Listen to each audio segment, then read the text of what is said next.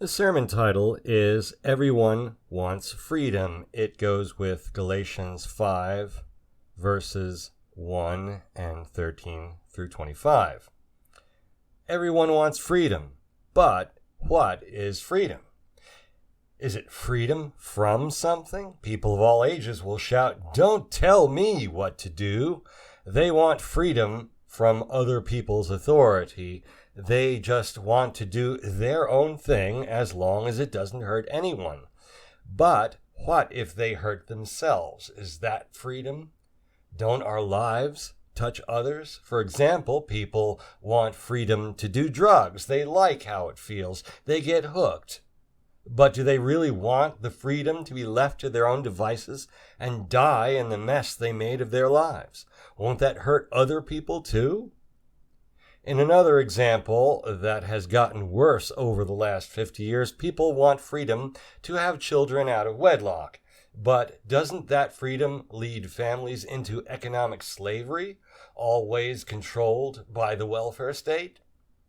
Freedom is not meant to be from something. Freedom is meant to be for something. And that something is meant to be what God, our Creator, desires. We are to love God perfectly and love our neighbor perfectly as well. That is what God's law says. Be perfect. Matthew chapter 5, verse 48, and James chapter 1, verse 4. Yet among the many choices that we are truly free to make, being perfect is not one of them. Do you remember the last time you were perfect? I don't.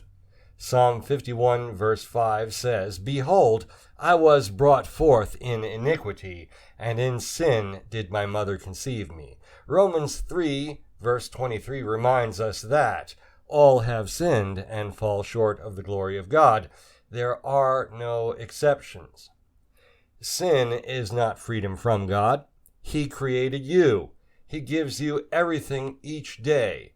You have nothing good that He has not given you as a gift as your loving Creator. To want freedom from such eternal love is to want only one thing: eternal damnation. Like that drug user, we crave what sin feels like and want the freedom to do it. That addiction has been in our bodies and souls from before we were born. Like teenagers having babies, our minds want the fun without any of the responsibilities. That is the natural state of mankind. So when Christ came not to condemn us, but to save us, the darkness in this world sought to snuff out that light. When you try to help a drug addict, you may get hurt. Christ came to save us, and He got hurt. For us, He was crucified. Yet Christ rose from the dead. His death and resurrection have paid for all our sins. He has set us free. We cannot follow the law. We need the gospel. In the gospel, we have been set free by Christ's choice to declare us perfect in His blood and make us His body, the church.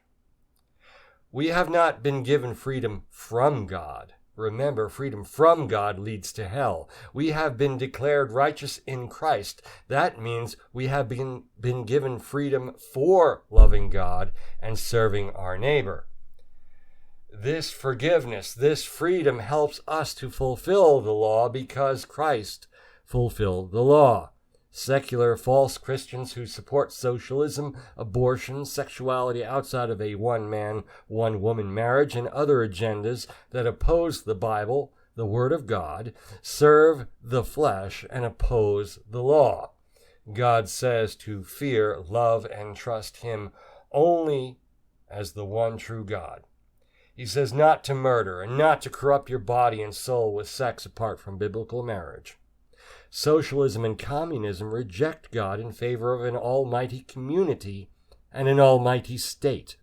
Neither the Bible nor science may reveal truth, only politicians, activists, and bureaucrats.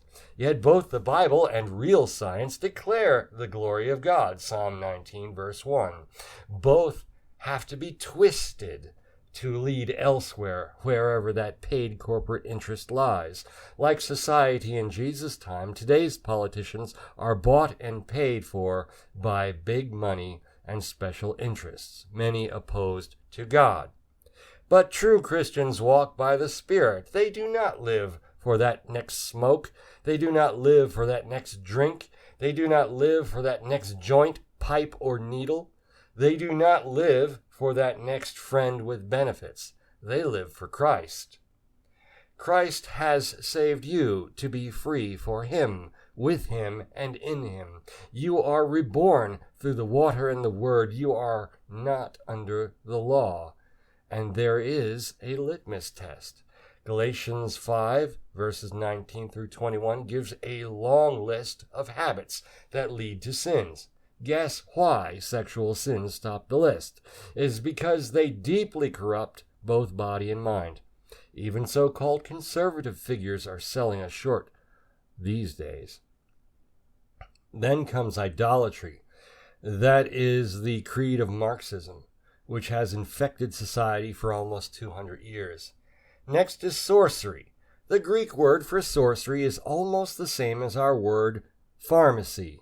The pharmacists in the ancient world provided people with medicines, mood-altering drugs, and poisons that could kill one's enemy or cause a miscarriage. They were the abortionists of their day.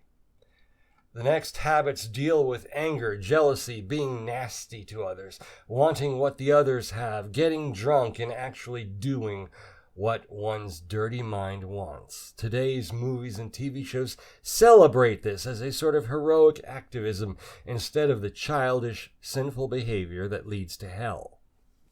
As the world persecuted Jesus, so we shall be persecuted for doing Paul's good habits list in Galatians 5, 22 to 23.